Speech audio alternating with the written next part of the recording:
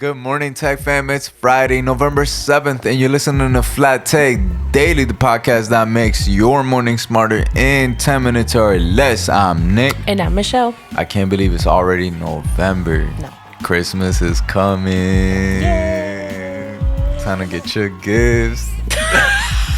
Okay. So now that we know our holidays, let's get into it. Here are top 5 tech stories that you don't want to miss.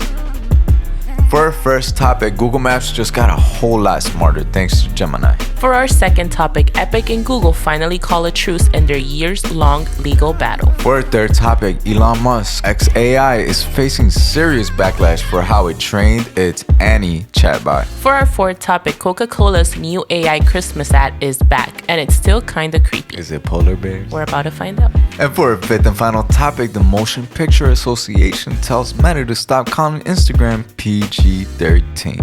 All right, Nick, let's fly. For our first topic, Google Maps is turning into your new AI copilot powered by Gemini. Instead of just typing directions to work, you can now talk to Maps. Gemini will answer open-ended questions like, what's the best sushi spot along my route? Or find you a coffee shop before the next meeting. It's combining real-time navigation data with local business reviews, weather, and even street view imagery. You can also ask it to change routes on the fly, literally while you're driving. One of the coolest parts, Gemini is using landmarks instead of street distances. So instead of turn right 300 feet, it'll say turn right after the Shell station, which is way more natural. Google's even adding proactive traffic alerts. So if there's a crash or road closure on your usual route, Gemini warns you before you open the app. Michelle, you could also point your phone at a building using Lens, asking it what's this, and Gemini will tell you about it like your personal tour guide. That's awesome. I'm glad that it doesn't tell you the feet thing anymore because I never know how much that is. Yeah, nobody's counting. I just follow the little blue line, and then once you get close to the turn. So Nick, what's the takeaway for our road warriors? Google Maps isn't just giving directions anymore. It's giving conversation. For our second topic, the long-running Epic Games versus Google legal drama might be finally over. Both companies just reached a major settlement that could change how Android works around the world. Epic originally sued Google for forcing developers to use its app billing system and blocking competing app stores. Earlier this year, a judge sided with Epic, forcing Google to open Android and allow rival stores. But now, the two sides are agreeing to make changes permanently, globally. Under the settlement, Google will cut its App Store fees from 30% down to as low as 9%, depending on the type of transaction. It'll let users install alternative app stores directly, no more scare screens or hoops to jump through. Epic CEO Tim Sweeney called it a comprehensive solution that doubles down on Android's open vision. If this sticks, it could pressure Apple and Sony to do the same. So Nick, what's the takeaway for our app lovers? Android just went from Play Store monopoly to Play Store multiverse. For our third topic, Elon Musk's AI company xAI is in hot water after reports that it forced employees to submit their own biometric data, faces, voices, everything, to train its Annie chatbot.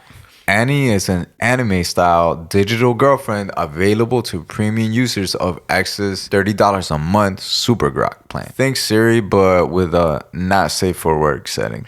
According to the Wall Street Journal, xAI told staff they had to sign away their likeness rights under a project called Project Skippy. Some employees refused, worried their data could be reused or sold for deepfakes. But they were told it was a job requirement, so yeah, not great optics for the company already known for blurring ethical lines. It raises serious questions about consent, privacy, and how far AI companies will go to make their chatbots more human. I didn't even know that they had a $30 a month Super Grok plan. Yeah. She better be helpful. Yeah, exactly. Like I don't maybe know. I'm confused about why she's like anime. I don't know. Maybe to make her more approachable and nice. Yeah, that's true. That's true. I'm not gonna try it. But Michelle, what's the takeaway for our AI dreamers? If your job description suddenly includes training your boss's chatbot, it might be time to close that tab and open Indeed. For our fourth topic, Coca-Cola is once again using generative AI to power its Christmas ads. And Well, it's not exactly magical. The company teamed up with 2AI Studios to produce its new Holidays Are Coming campaign, featuring polar bears, pandas, and sloths animated entirely by AI. Last year, the AI commercials went viral for all the wrong reasons. Frozen wheels on trucks, creepy smiles, uncanny faces. This year's version looks a little bit better, but still kind of like Holiday Fever Dream meets mid-tier video game.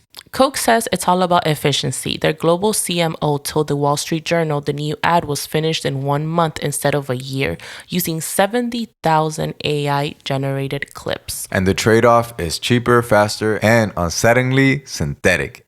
I mean, I haven't seen it. I mean, where do they play it? Where does the ad come out? Like in normal TV? I don't know. Does anybody watch TV anymore? Yeah, exactly. So. I guess if you have YouTube with ads. Oh. You watch it, maybe? I mean, I'm going to watch it after this for sure, just to see. Maybe it's on YouTube. It has to be on YouTube. It's got to be on YouTube. Check the comments. So, Nick, what's the takeaway for our marketers? Coca-Cola may have refreshed its brand, but this AI ad left the fizz out. And for our fifth and final topic, the Motion Picture Association is calling out Meta for misusing its movie ratings. Meta recently said that teen Instagram accounts would now only see content similar to a PG-13 movie. But the MPA says that's false advertisement. Meta never got permission to use the term. The MPA argues that its ratings come from a carefully curated process involving parents and film reviewers, not an algorithm deciding what memes teens can see. Meta fired back saying it's fair use, and it never claimed to be officially certified by the MPA. Still, it's a bad look for the company, already under fire for how it moderates teen content. So basically, they're lying. They kind of have an idea of what it is, but they're not part of the official body that decides what's PG-13 or not. Well, they should definitely get certified because you're not going to always see a puppy like riding a skateboard. You know, it could also turn into something else now with AI. So yeah, I wonder how they can do that. Maybe there's an AI way of doing it.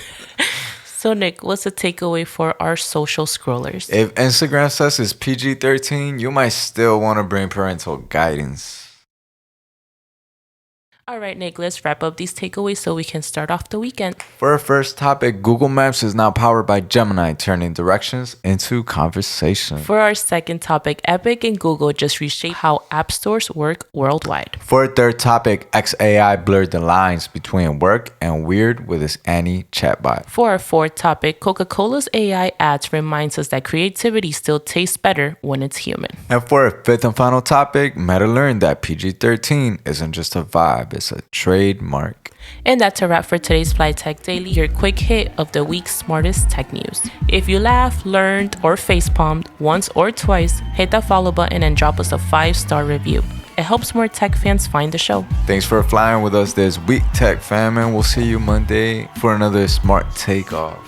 Till next time, peace.